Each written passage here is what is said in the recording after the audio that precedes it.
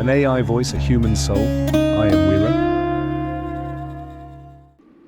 With the success of A Better Tomorrow, a sequel was inevitable. For this film, they brought in an important additional collaborator, Dean Sheck. Dean Sheck was not a new friend. He had a long history with many people involved in the project. Part of the reason John Woo wanted to make the film was to give his friend Dean Sheck a big part in the film to help financial troubles he was having at the time. But Dean Sheck became one of the problems of A Better Tomorrow. Most of the fans also acclaimed his character as the weakness. However, A Better Tomorrow 2 was still one of the best films of Hong Kong cinema. It was the direct sequel of A Better Tomorrow, and Chow Yun-fat also returned as Mark Gore's twin brother. Unlike the original, the sequel has more action and less drama. There were creative differences between John Woo and Tsui Hark. John Woo initially did not want to make a traditional sequel because Mark Gore died in the first movie. He wanted to make a prequel set in Vietnam featuring younger actors rather than revive Chow Yun-fat. When two strong visions collide, creative tension can sometimes develop into confrontation. But they still made it The Killer together. Tsui Hark produced it.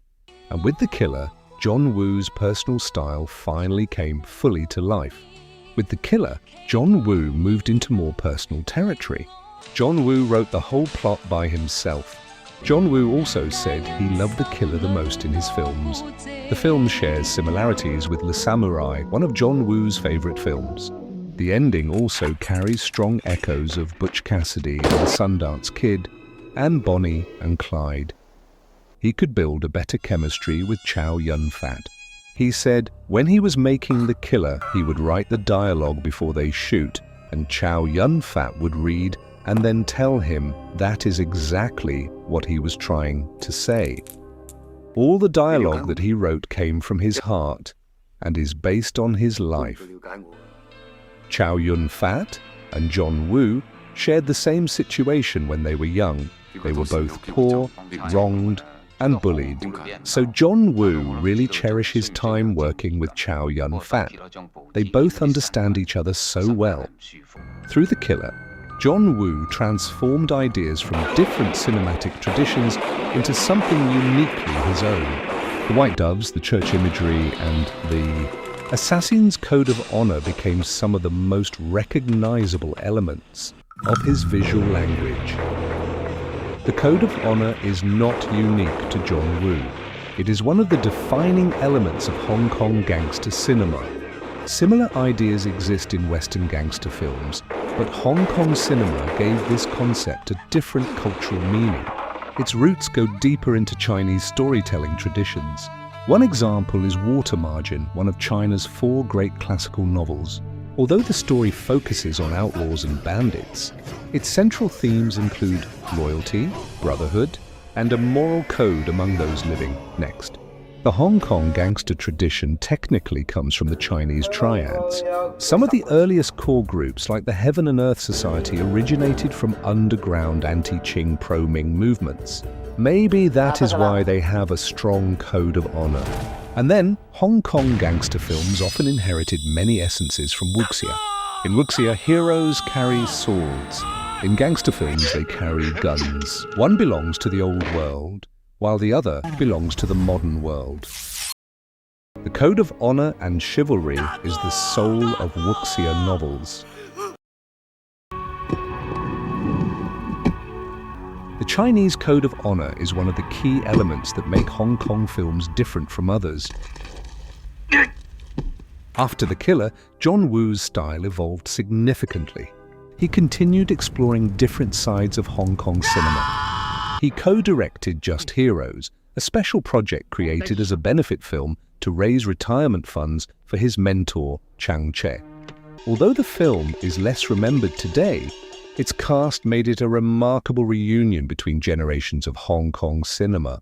It brought together Shaw Brothers legends such as David Chiang, T. Lung, and Chen Quan-tai, alongside newer stars like Danny Lee and a young Stephen Chow before he became one of Hong Kong's biggest comedy icons. Unlike many of John Woo's previous films, Just Heroes focused directly on the world of crime syndicates. Perhaps because of this more traditional gangster approach. The film was also co-directed with Wu Ma. Around this time, during the planning of A Better Tomorrow 3, John Woo and Tsui Hark had conflicting creative visions again. John Woo wanted younger actors, whereas Tsui Hark wanted Chow Yun-fat. Consequently, they parted ways, and John Woo went on to make Bullet in the Head. Bullet in the Head is one of John Woo's darkest and most personal works, serving as his true answer to A Better Tomorrow. He said the first half of the film was based on his life day. Many consider Bullet in the Head a masterpiece. However, its extremely dark tone and production problems caused it to become a commercial disappointment. Afterward, he made Once a Thief and Hard Boiled to help recover financial losses for his producers. Needing a commercial hit after the grimness of Bullet in the Head, Woo delivered Once a Thief. But John Woo has often shared that Once a Thief was his ultimate tribute to the French New Wave cinema. It was one of Cherie Chung's last films and John Woo's last film with Lucille Chung. Woo also appeared in a cameo role in Leslie Chung and Cherie Chung's Sunset in Paris. Once a Thief became a success and later inspired an international adaptation and a television series continuation. John Woo's final Hong Kong film was Hard Boiled. If the killer represented the tragic side of Heroic Bloodshed, Hard Boiled represented its purest action expression. It perfected the gun fu and non-stop balletic shootout format. With Hard Boiled, John Woo created the ultimate expression of his Hong Kong style before beginning his Hollywood chapter. Later in his Redcliffe interview, John Woo said the iconic scene of saving a little baby in the middle of battle was inspired by the three kingdoms he loved. The child also metaphorifies the future and hope. He said no matter what happens, we should never give up hope. In John Woo's original version, Tony's character was dead. He sacrificed himself. But his crews believed they should have a happy ending. So John Woo resurrected his character. In all of John Woo's Hong Kong Heroic Bloodshed films, we constantly witness the ultimate sacrifice of the hero. John Woo once commented, "A real knight should come and go like an autumn leaf. He does not look for recognition. He will sacrifice everything. His life is a cloud. It could disappear in an instant." This view of the hero mirrors the quiet detachment and natural flow described in the Tao Te Ching. In John Woo's films, this sacrifice is never just a plot device. It is a reflection of traditional Chinese philosophy. John Woo emigrated to the United States in 1993. Universal Studios hired him to direct Hard Target. He had some initial difficulties adjusting to Hollywood filmmaking. Studio ended up assuming control of the film and edited it, and also brought in Sam Raimi to help during production. Although Hard Target is not considered John Woo's best Hollywood film, it is arguably the one that feels most like a classic Hong Kong John Woo movie. Slow motion, balletic gunfights, and his signature visual style were all still present. His next film, Broken Arrow, about stolen nuclear weapons. It was his first with a major American star, John Travolta. It again found the director hampered by editorial concerns. And then Paramount Pictures offered John Woo more freedom with Face Off, starring John Travolta and Nicolas Cage. It was his Hollywood masterpiece and became one of the most acclaimed action movies of the decade.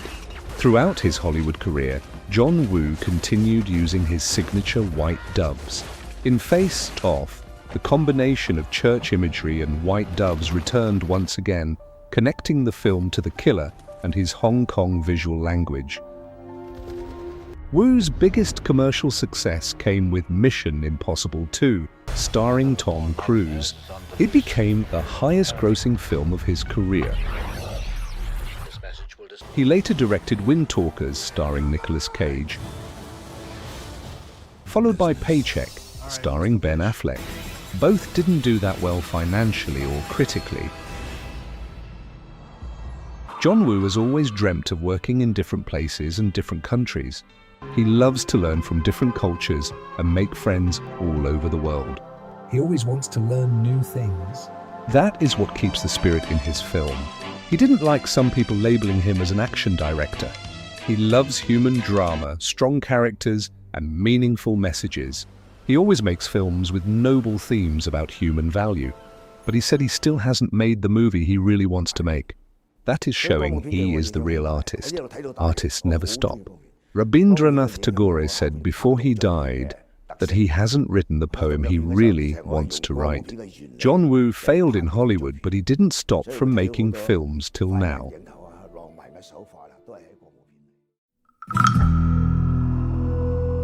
Dissatisfied with Hollywood, Woo went to China to make a two-part production with a budget of $80 million, which was the most expensive Chinese-language production to date. His return was one of the biggest events in Chinese-language cinema. And then another masterpiece came out, The Red Cliff. It was the adaptation of the great Chinese classic novel Romance of the Three Kingdoms. It was released as two parts and his first film in China. John Woo said he's wanted to make this movie for over 20 years. In his interview with Red Cliff, he said filming in China was too convenient and he had large support from the military. In some of his interviews, John Woo said he loves both Chinese and Western culture. He wants to make it a bridge, and then he co-directed Reign of Assassins with Michelle Yeoh and Korean A-list star Young Woo-sung. It was a wuxia film with a mystery plot. That same year, he was honored with a Golden Lion Lifetime Achievement Award from the Venice Film Festival. And then he made another two-part historical epic, The Crossing with Takeshi Kaneshiro and Chinese actress Zhang Zi and Korean actress Song Hye-kyo. And then he made Manhunt in China. After the Manhunt in 2017, John Woo didn't release any film till 2023 again. In 2023 and 2024, he made Hollywood films again, Silent Night and The Killer remake. John Woo replaced the tragic ending with a happy ending for The Killer remake. John Woo became famous for gunfights, but his cinema was never really about guns. His films were about people searching for honor in a world where honor was disappearing. Whether his heroes carried swords in ancient China or guns in modern Hong Kong, they followed the same code. That is why John Woo transformed action cinema, not by making violence beautiful, but by making humanity visible inside violence. His films were about the grey areas of good and bad. He believed morally, things are not always black and white. He believed there is a good in a bad person as well. This is the truth about human beings, and a theme in all of his films. The central question of John Woo's Heroic Bloodshed is often not who will win the gunfight. It is, what kind of person can remain human when the world forces them to become violent? A person may live in a corrupt world, but they can still choose what kind of person they are.